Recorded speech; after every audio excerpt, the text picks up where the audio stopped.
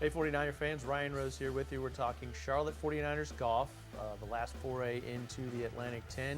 We've got a couple guys that will be back for another year after this, and we'll get to their stories in a second. Ryan Cabbage, head coach, second year here at Charlotte. Welcome back to the studio. Thank you for having us back. A successful year last year, and we brought a couple guys that have been making waves and should continue to do so here in the spring. Joe Toland, a junior.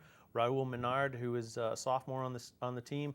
Last year when we sat in these chairs, we talked about, transition to a new coach and, what challenges you might face. You had a very upperclassman-laden team last year, 4 seniors, 2 juniors.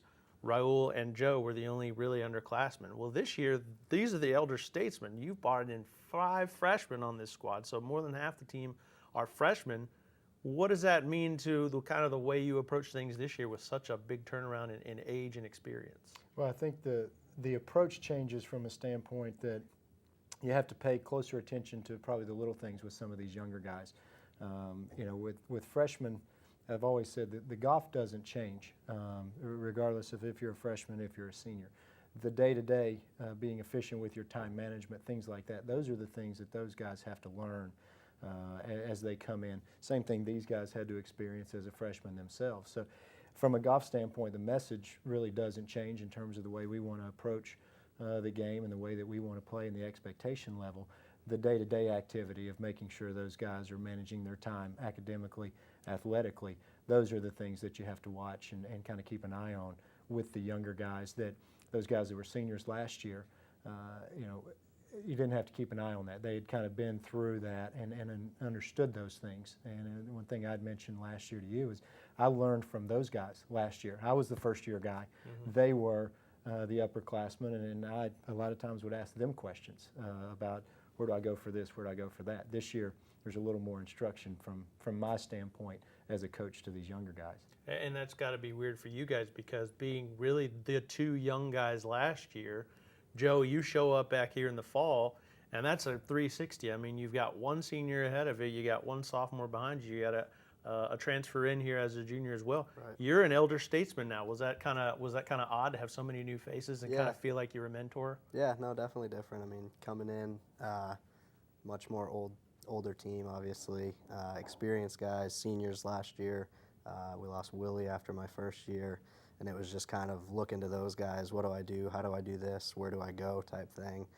So, I mean, to come in this year and have the complete opposite and me be the guy that they're looking at, I mean, it's different. It's fun, though. It's good to have different experiences and having those guys running around like crazy trying to figure out what to do. Definitely a fun thing. Isn't it weird when you show up and everything is new and, you learn, and then all of a sudden you turn around and you look to your left and your right, you're like, I'm the old guy. Yeah. You're the only player. This year is your 3rd year because Braden transferred in and Franco Castro transferred in. So you're the only guy that has 2 years experience at Charlotte. You're the elder statesman. How does that feel? Yeah, I hadn't really thought about it. Weird. Yeah, no, I mean, it goes by quick. Yeah. Hopefully you get a chance to cherish it along the way. That's kind of sure. the goal. And Raoul, I mean, the experience you gained last year winning the Atlantic 10 Conference Championship, the only second ever player as a freshman to be Rookie and Player of the Year. I'm going to throw that out there right off. But turn around to this year, and you talk about the rounds of experience you have with Charlotte golf with, as I mentioned, Franco transferring in. You're also one of the elder statesmen. How strange does that sound as a sophomore to be a guy that has a lot of experience? I mean, definitely strange a little bit, but I mean, I try to be an example for whoever, just trying to act normal, and these guys should follow. I mean, they're mature enough, they're good athletes. Obviously, it's a different team, but it's a source of motivation too. Mm-hmm. They want to beat us. They're freshmen, so they're just coming at us, and they try to make their way in their lineup, and we try to respond and show the example and show them that we can play too. So it's fun. It's cool to have new guys, and I think we responded well, and we'll keep doing it.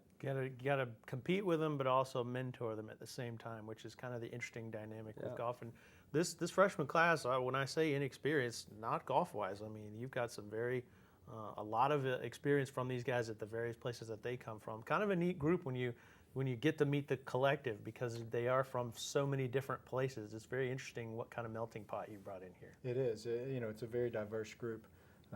Dan Hendry from Dubai and Thomas Rowland from Scotland, and then our three you guys from sort of the southeast, from Florida and Georgia and North Carolina, and then Franco coming in as a transfer, but he grew up in Alpharetta, Georgia. So it's a diverse group. At the same time, they've really responded well. They fit in well with these guys and with Braden as the upperclassman, and have really made a very smooth transition both on and off the golf course. You guys have gotten on a few planes, and you're going to get on a few more planes to compete. This is one sport where you're not really regionally based. You don't have to be the way that the competition out there is. And I know Coach likes to put you guys up against as many good teams as you can to prepare you for the regionals and even beyond that. So just scheduling-wise, has it been fun with all the different places, the different areas of the country to go, plus with what you have coming up the rest of the year? Absolutely, yeah. Definitely cool to see different parts of the country, to get to, we went to San Francisco when we were out in Stockton, to get to go into different cities and kind of experience different things and food and culture. Definitely a cool part of the sport that we play. And coming down from Canada, you've got to experience quite a bit of the U.S. in just a year and a half, and lots more to come. Yeah, it's great. I mean, if we can travel like that all the time, there's nothing to worry about. I mean, just travel, see the world, and that's what I want to do. Play golf, have fun, and see cities. What can I ask for? Right, and you've got, like say, you've got some guys from Europe, so they bring some more of that cultural balance to the team, and that's probably fun to see through their eyes when they go to different places and conquer different challenges. That's got to be rewarding for you as a coach too. Yeah, absolutely. To see those guys step in and we talk about golf is golf regardless of whether you're in Europe or whether, but that's also the reason that we play the schedule that we play, because it is different in Northern California, Southern California, Texas, Florida. So we're trying to put these guys in as many different situations as we can. We do see a little different perspective with these guys coming over, from Europe, or a guy from the Northeast, or a guy from Canada. They all kind of give that different perspective. But at the same time, learning from each other and understanding those things, it's been really neat with this team, and I'm sure it'll be neat, for many years to come with the diversity we'll have in the program. A lot of travel, but they are local. You guys will play at the club at Irish Creek, Kannapolis, first weekend of April. So we want the fans out there to make their way up to Kannapolis April 6th and 7th to see you guys play. But then you jet setters are off and about. A-10 championships coming up end of April down in Florida. Kind of your thumbnail sketch of the league and your goals for that this year. Yeah, we haven't seen a lot of the teams within the A-10 this year. We will at Irish Creek. We'll see Xavier. We'll see Richmond there. We did see VCU earlier in the year. Those are the only three programs that we've had a chance to, or will have a chance to compete against. But our objective, as it is every year, is to win that conference championship. And these guys are working hard, and we're looking forward to a great spring leading up to Heron Bay and going down and Raoul defending his championship there and claiming another conference championship. And it's what we work for every day. 8 straight NCAA tournament appearances, and I know the NCAA championship is at the Crabapple course, which is where Franco Castro's from. I don't know if he's played that course, but he's got to be excited that the NCAA championship is there. Dangling fruit out there for you guys to make that. Obviously, getting to another regional is huge. We could sit here and talk golf for hours, but unfortunately, these guys got to hit the course. Really appreciate you guys taking a few minutes and stopping in. Coach Ryan Cabbage, Joe Toland Jr., and sophomore Raoul Menard. Appreciate you guys. Good luck.